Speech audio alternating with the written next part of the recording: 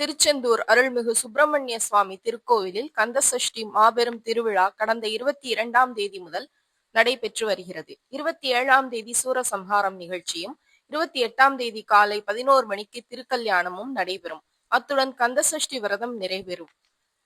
முருக பக்தர்கள் தங்களது வேண்டுதலை நிறைவேற்ற வேண்டி விரதம் இருப்பார்கள்.